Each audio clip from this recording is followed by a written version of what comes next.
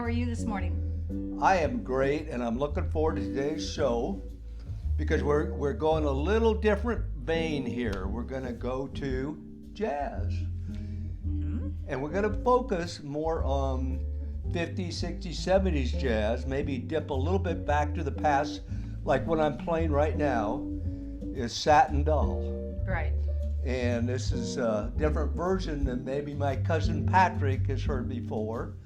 But as I recall, it's Patrick's favorite song. And this came out in 1953. This version, yeah. But Satin Doll's an old song from, I think, the 40s. Patrick will correct me after the show. Yeah. But Patrick's the one that inspired me to do the show on jazz today. And it's kind of a new thing for us, isn't it? It is. It is, very much so. So, yeah.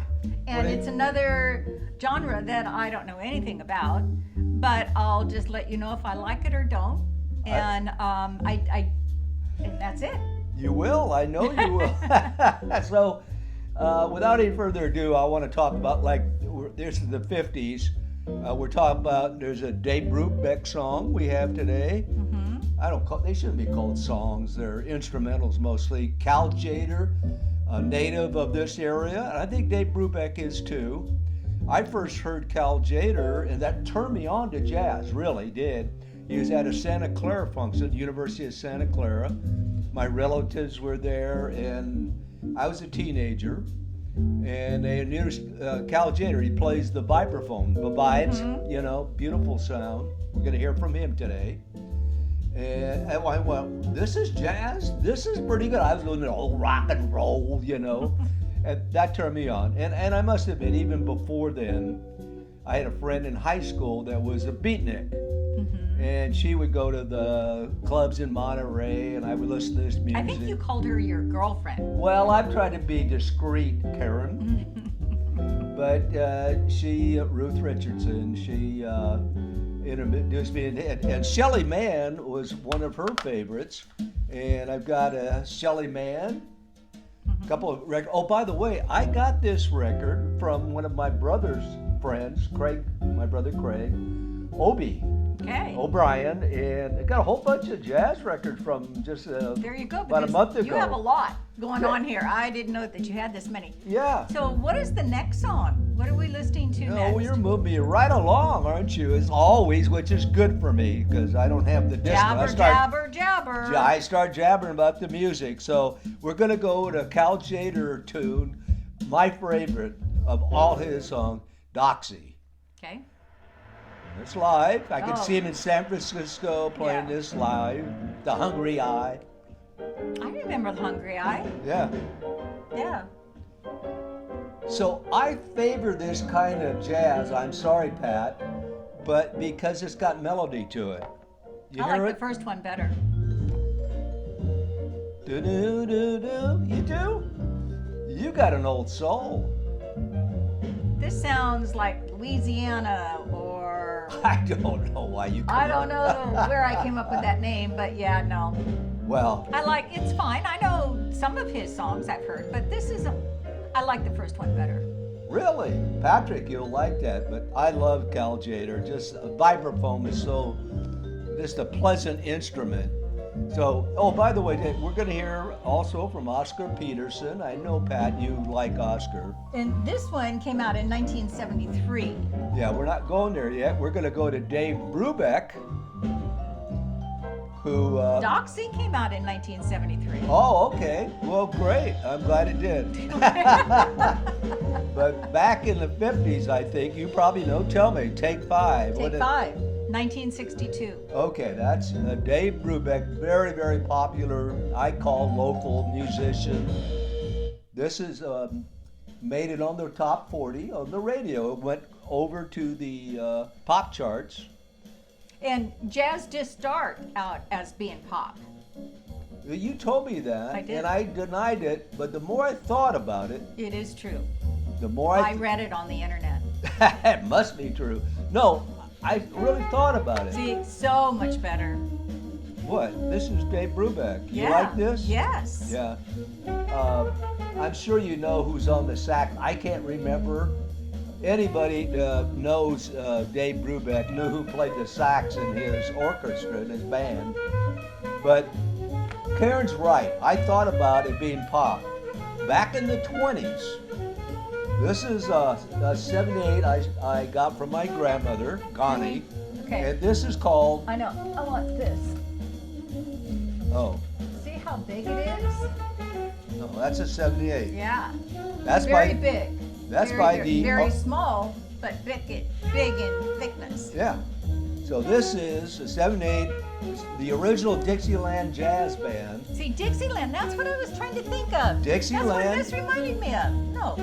Dixieland is a segment of jazz. Yeah. But the point I'm making Putting is your fingers all the, over it. the 20s were called the jazz era, the jazz decade.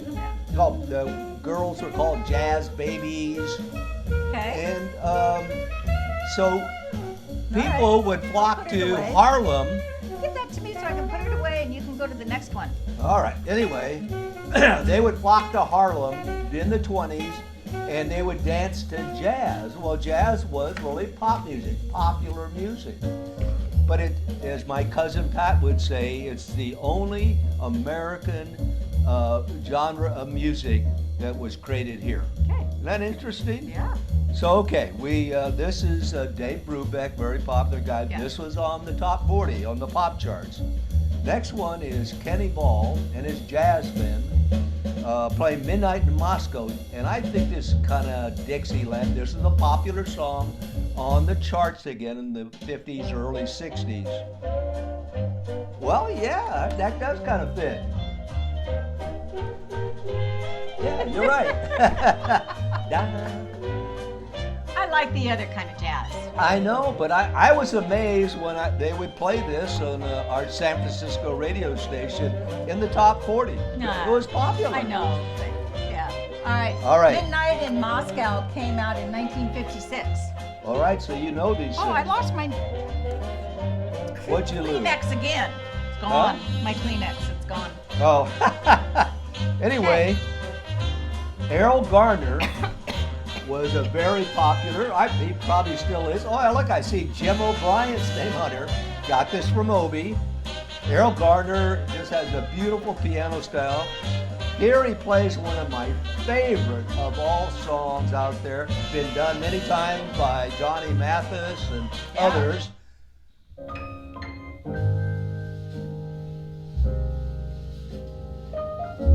Now, I'm not sure, but this might have been the movie with Clint Eastwood, Play Misty for Me. And it came out in 1954. I think this was the version in the movie Yeah, by I think Errol so, Garner. And it Great played. pianist. Yeah. Pianist. Yes. What? Pianist. Did you say that? Don't say that again. Anyway, I think it's a beautiful song. This is I do too. This is a beautiful version. Careful my little notes here. Yeah. So we're just having fun on it. Okay. I kind of like what we're doing today. So this song next is done by a band called Taco, which I don't know why they would have that name, but they're playing a song, I believe, from the 20s and 30s. And many versions of this song. It is. I love it because, the Ritz Hotel, Right. like putting on the Ritz would be you're trying to act real fancy. Yeah, but that was putting on the Ritz reminds me of what is all the decorations you have over here? Art Deco. Art Deco. Yes. Well, yeah. Yes, it does.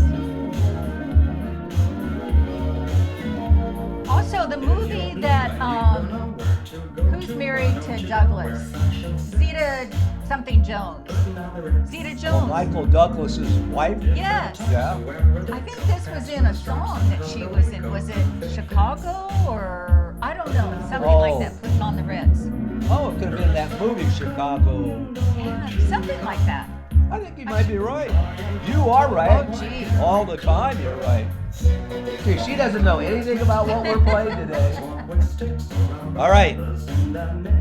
Talking through a megaphone. Well, that's what Rudy Valley started in the 30s because they didn't have the microphones like they Putting have. on the Ritz did come out in 1930, but I think this one is 1983. Right. Oh, it's that. Oh, I thought this was in the 70s. We 83. snuck into the 80s. 83. They're singing this just like it's in the Right. 30s. Through the megaphone. I love the melody. I was astounded when I heard this on the radio. The next one is one of my favorites. It's kind of a little edgy in a way, by Michael Franks. You? I think this is on the radio. I do think it was. Maybe I heard otherwise. This is they call this jazz. Now remember, jazz is a big tent.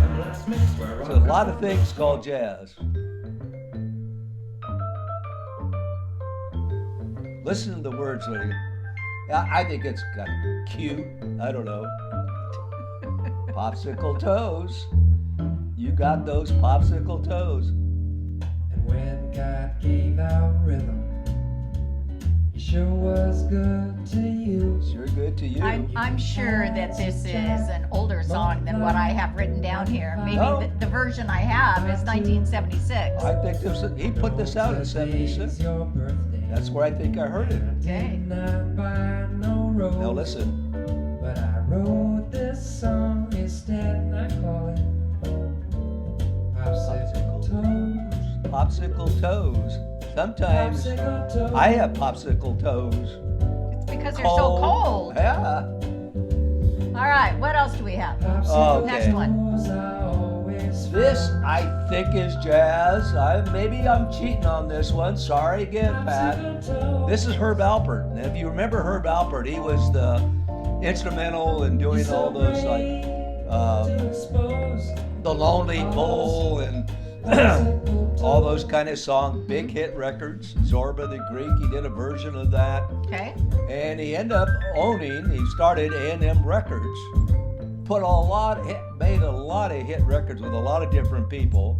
This is what I call jazz. This is Rise. You tell me when it came out on the radio. 79. 79. Okay, still in the 70s, so we're not Cheating going off too our hard. we're not going off 50s, 60s, 70s music, even though it's jazz.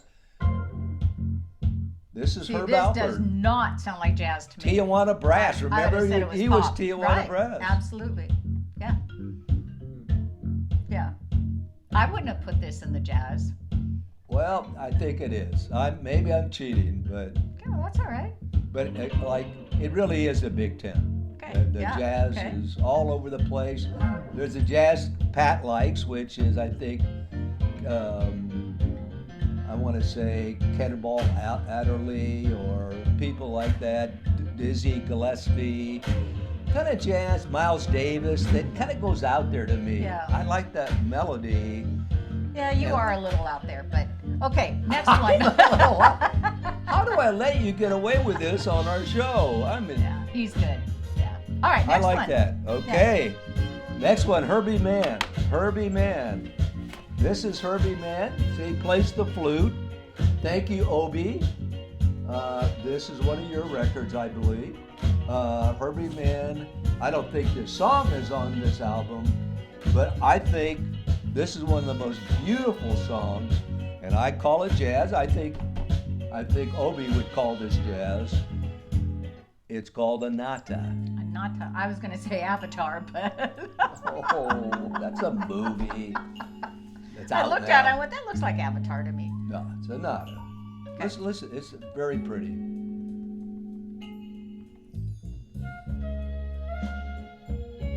Very nice. Isn't that nice? This and Satin Doll are right up there. Well, you know what it is? I know what it is. It's you want me to tell background music. you? Oh, yeah. Yeah. And it's not something I have to yell over when we have company. It's just a nice background music that I like. I thought you were like going to it. say sitting on the dock in Sausalito music. That too. That too. Yes, absolutely. You're right. This one would fit in there. Anyways, Yes. Herbie Yeah. Mann. I like it. And then when I tell you to put on background music, it's so loud and instrumental and big and stuff. And I'm going, no, that's not what I'm talking about. Give me that control. All right. Speaking of control, my brother was here last night. He and Robin, Lauren and Ron. What's your name? Lauren and Ron argued over the remote control. Oh. You did. I'm gonna get my remote control right now. All right, the next and last one is Making Whoopee is an old song. I think it's a Cole Porter song. If you know Cole Porter. Guy wrote a zillion songs back in probably the 30s mostly. It's with Oscar Peterson, I mentioned him before, and Stefan Grappelli.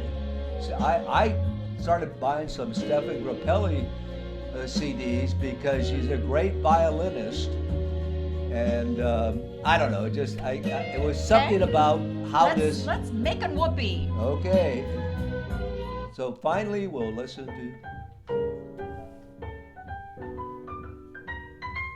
That's Oscar Peterson. Yeah.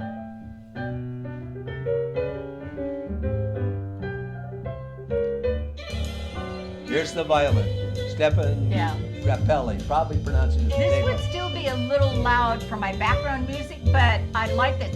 So you and I heard a jazz band was it in Livermore? Was it at the winery? And Oh, those were jazz bands. yes, and I'm sitting there going, and I ended up buying their CDs. Yeah. I loved it.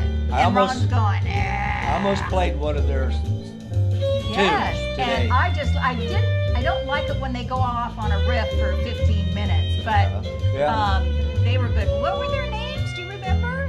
You know, I should remember. I think it was started with an Ripping. L. It's the Rippingtons. Right, Yeah. that's who it was. But They I were didn't good. include them today because I don't think they were even in the 70s. I think Yeah, they were good though. they It's a could good have band. been actually, but probably 80s, 90s. I loved it. Yeah, Yeah, I agree. sitting That was there, a the beautiful winery, day. Yeah, it was in the sunny sun. and Oh, just sitting back, listening. Yeah. It was good. that was a very pleasant. Jamie gave us those tickets for my birthday. Oh, really? I don't remember Yeah, that. she thought I liked jazz, and I said, "Well, I like that." I well, like jazz. Jamie, Some kind of jazz. it was actually a great concert. We loved it. We both loved it. Anyway, that's our Whoopee came out originally in 1928, right. and this might be the 1998 version. Whoa. It might be, but I'm honoring this old song, Making Yeah. Whoopee. And Making Whoopee is kind of like Woohoo! making love kind of thing. I'm not sure. Yeah. But There is a certain type of jazz that I like. yeah, I think most of these you heard today. Yeah, we'd have to bring down the music a little bit, but Bring Yeah. the volume down. volume down. Oh my Why gosh. would we ever do that? Okay, we're gonna sign off. I Okay. hope you like the little change in menu, folks out Change it there. up. Yeah, you're right. We gotta change it up once in a while. Yeah. All right. It was good. All right. Thank you, Patrick, for the suggestion. Yeah, and this is the Ronnie Record Show, and thank OB for the OB for the record. albums. Yes, yes. All right, goodbye, friends. See you next time around.